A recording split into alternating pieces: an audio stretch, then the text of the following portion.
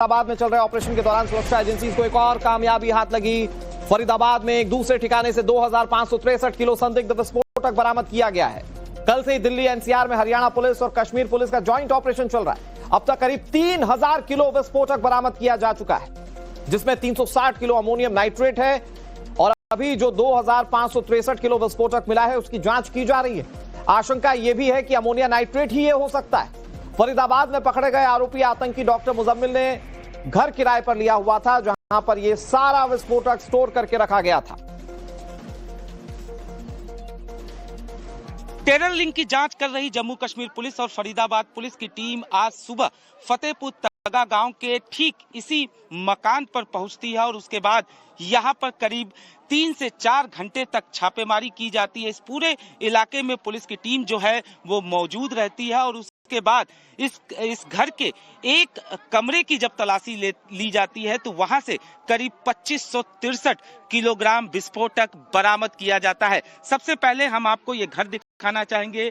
एक फ्लोर का ये पूरा घर है और इसके आसपास के इलाकों की अगर हम बात करें, इसके आसपास आप देख सकते हैं चारों तरफ जहां तक आपकी नजर जाएगी वहां आपको सिर्फ खेत ही खेत नजर आएंगे। यानी साफ तौर पर गांव में बेहद सुनसान जगह पर यह घर बना हुआ है। हालांकि ये घर एक मौलवी का है और इसे डॉक्टर मुजम्मिल ने इस घर में एक कमरे को किराए पर ले रखा था, जहां पर पुलिस की टीम पहुंचती है और छापेमारी की जाती है। जाहिर तौर पर डॉक्टर मुजम्मिल को गिरफ्तार किया जाता है और उसके एक ठिकाने से करीब 360 किलोग्राम विस्फोटक बरामद किया जाता है, जो यहां से महज 4 किलोमीटर की दूरी पर है।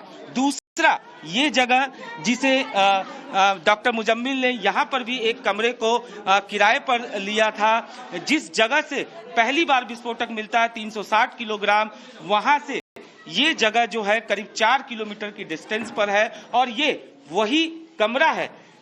इस कमरे की अगर हम बात करें तो ये वही कमरा है जहां से ये विस्फोटक बरामद किया जाता है। कितने बजे के आसपास पुलिस पहुंची थी यहाँ पे?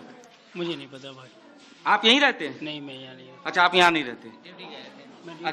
अच्छा, यहाँ कौन रहता था? मुझे नहीं पता, मैं तो ऐसे ही उधर से आया हूँ। अच्छा, तो जाहिर तौर पर अगर हम बात करें तो इस कमरे के अगर साइज की हम बात करें तो आप देख सकते हैं कितना छोटा ये कमरा है, लेकिन यहाँ पर इस छोटे से कमरे में 2563 किलोग्राम विस्फोटक जो है वो छिपाया गया था, जिसे फिलहाल बरामद कर पुलिस की टीम यहां से ले गई है। एक असॉल्ट राइफल मिलता है, हालांकि वो स्विफ्ट कार बताया जा रहा है कि एक लेडी डॉक्टर के नाम पर था, जिसके बाद उस लेडी डॉक्टर से भी इस बाबत पूछताछ की जाती है।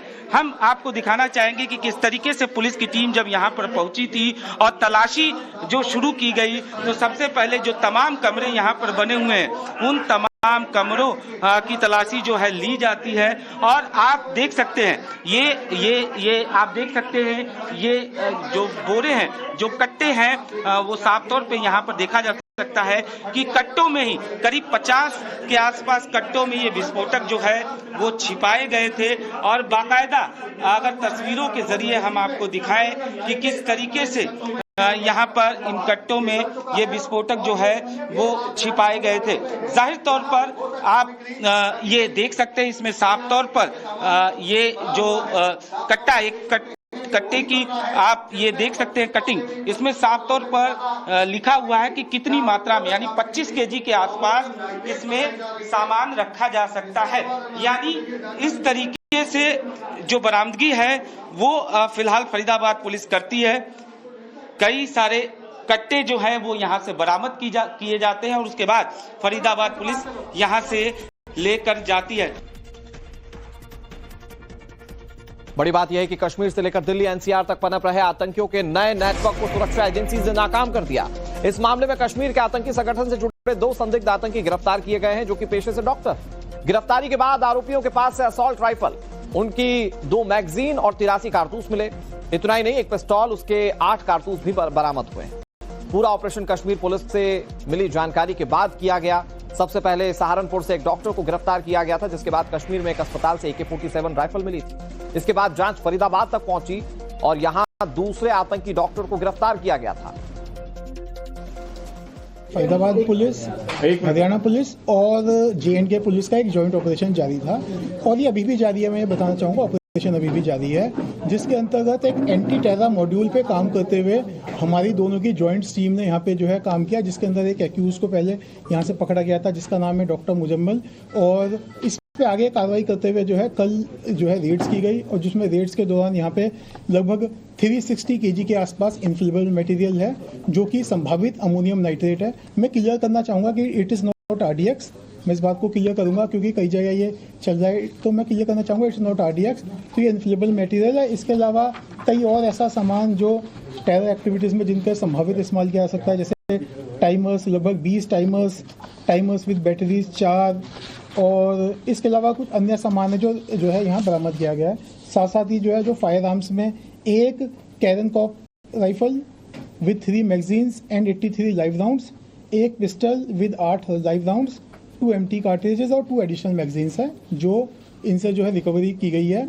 और इसके अंदर जो है अभी जो है कार्रवाई जो है दोनों की हमारी ज्वाइंट पुलिस की कार्रवाई जो है जारी है।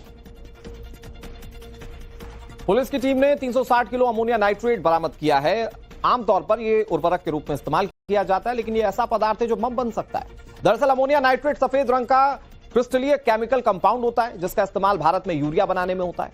अमोनियम नाइट्रेट की विस्फोटक प्रवृत्ति होती है, यानी कि ज्वलनशील पदार्थ से मिलकर यह बेहद खतरनाक हो सकता है। 1995 में पहली बार धमाके के लिए इसका इस्तेमाल किया गया। अमेरिका के ओक्लाहोमा शहर में धमाका किया गया था। तब 2020 में बेरूत शहर में भी अमोनियम नाइट्रेट के जरिए ही धमाका किया गया था। 2020 में ही बेरूत में धमाके में 168 लोगों की जान चली गई थी। 360 किलो अमोनियम नाइट्रेट से भी बड़ा धमाका संभव था। इसकी आशंका थी कि आतंकी इसका इस्तेमाल धमाके के लिए कर सकते हैं। इतनी मात्रा में अमोनियम नाइट्रेट से 120 मीटर के दायरे में कुछ भी तबाह किया जा सकता था। फरीदाबाद में अमोनियम नाइट्रेट बड़ी साजिश का हिस्सा थे, यानी दिल्ली NCR में किसी बड़ी प्लानिंग को रचा जा रहा था। और यही वजह है कि फरीदाबाद पुलिस ने कहा है कि अभी उनका ऑपरेशन जारी है, जहां दूसरे नेटवर्क्स को भी खंगालने की कोशिश की जा रही है। इन सबके बीच आतंकी नेटवर्क से जुड़ी एक और बड़ी खबर जम्मू कश्मीर से। यहां आतंकी नेटवर्क पर क्रैकडाउन जारी है। लगातार तीसरे दिन पुलिस ने रेड की। पुलवामा और शोपियां में छापेमारी की जा रही है। अनंतनाग और अवंतीपोरा में भी रेड। आतंकियों के मददगारों के खिलाफ ये कार्रवाई की जा रही है, यानी कि ओवरग्राउंड वर्कर्स के खिलाफ। रविवार को पुलिस ने जम्मू कश्मीर के टंगमर्ग, गांदरबल, रामबन, कुलगाम और डोडा में छापेमारी की थी। टेरर मॉड्यूल को लेकर एक और बड़ी खबर। जम्मू कश्मीर के रामबन में पुलिस ने रेड की। आतंकियों और उनके मददगारों के ठिकानों पर छापेमारी की गई है। लगातार जम्मू कश्मीर में कार्रवाई जारी है और रामबन में पुलिस ने रेड की है। आतंकी और उनकी रीढ़ की हड्डी यानी कि उनके मददगार इस बार जांच एजेंसी के निशाने पर हैं। मैं इस वक्त मौजूद हूँ रामबन जिले में और तस्वीरों में आप देख सकते हैं कि किस तरीके से जम्मू कश्मीर पुलिस, रामबन पुलिस लगातार यहाँ पे सर्च कर रही है। उन घरों को सर्च किया जा रहा है जिनके रिश्तेदार यहाँ पर रहते हैं और आतंकी जो है जो पाकिस्तान में इस वक्त एक्टिव है, जो पाकिस्तान ऑक्यूपाइड कश्मीर में चले गए हैं, OGWs के घरों में रेड की जा रही है। उसके साथ साथ जो सिंपथाइजर्स है, आतंकियों के जो मददगार हैं, उनके घरों में यहाँ पे लगातार जो सर्च ऑपरेशन है वो Jammu and Kashmir police, Ramban police की तरफ से यहाँ पर की जा रही है। आप देखिए कि किस तरीके से यहाँ पे इस घर में लगातार जो सर्च ऑपरेशन है वो यहाँ पर चलाया जा रहा है। हर एक चीज को बारीकी से यहाँ पर खंगाला जा रहा है ताकि यहाँ पर किसी भी तरीके से आतंक को पनपने ना दिया जाए। लगातार पाकिस्तान भी ये कोशिश कर रहा है कि आतंकियों की घुसपैठ जो लाइन ऑफ कंट्रोल से करवाई जा सके और साथ में जम्मू कश्मीर में एक बार फिर आतंकवाद को रिवाइव किया जा सके। लेकिन इन सब के बीच पिछले 2 दिन से लगातार जम्मू कश्मीर पुलिस और SOG की तरफ से लगातार जो रेड्स है वो यहाँ पर की जा रही है। हम रामबन में मौजूद हैं। यहाँ पे तस्वीरों में आप देख सकते हैं कि किस तरीके से जम्मू कश्मीर पुलिस की तरफ से यहाँ पर रेड है वो यहाँ पर की जा रही है ताकि आतंकवाद यहाँ पर किसी भी तरीके से एक बार फिर पनप ना सके। और आगे आपको वो खबर दिखाएंगे जो एजुकेशन सिस्टम पर सवाल खड़े करेगी। कुछ हजार ना दे पाने की वजह से सीनेट चुने जाने, इसे लेकर प्रदर्शन के दौरान छात्र और पुलिस आमने सामने आ गए। दरअसल छात्रों ने पुलिस से धक्का मुक्की के बाद PGI के सामने गेट नंबर 1 को तोड़ दिया था। पुलिस के रोकने के बावजूद छात्र आगे बढ़ रहे थे, जिसके बाद पुलिस ने लाठीचार्ज कर छात्रों को खदेड़ दिया। यूनिवर्सिटी के गेट नंबर 2 से पुलिस ने कुछ प्रदर्शनकारियों को हिरासत में भी लिया। बताया जा रहा है कि प्रदर्शन में छात्रों के अलावा बाहर के भी लोग शामिल थे, जिसके चलते हालात खराब हुए। स्टूडेंट्स के प्रदर्शन को देखते हुए यूनिवर्सिटी में आज और कल छुट्टी घोषित कर दी गई। खबर आगरा से, अतिक्रमण हटाने के दौरान दुकानदार और निगम की टीम के बीच विवाद हो गया। नाराज दुकानदार बुलडोजर के सामने खड़े हो गए और अतिक्रमण हटाने का विरोध करने लगे। एक महिला दुकानदार तो बुलडोजर के ऊपर चढ़ गई और अपनी दुकान पर कार्रवाई करने का विरोध किया। मामला ट्रांस यमुना कॉलोनी का है, जिसके बाद जहां बुलडोजर पहुंचा तो हड़कंप मच गया। दुकानदार भी इसके विरोध में उतर आए। हालात संभालने के लिए आखिरकार पुलिस को मोर्चा संभालना पड़ा। कई प्रदर्शनकारियों को पुलिस अपने साथ ले गई। उत्तर प्रदेश के मुख्यमंत्री योगी आदित्यनाथ ने वंदे मातरम को लेकर एक बड़ा ऐलान किया। योगी आदित्यनाथ ने उत्तर प्रदेश के सभी स्कूलों में राष्ट्रगीत यानी कि वंदे मातरम को अनिवार्य करने का फैसला किया।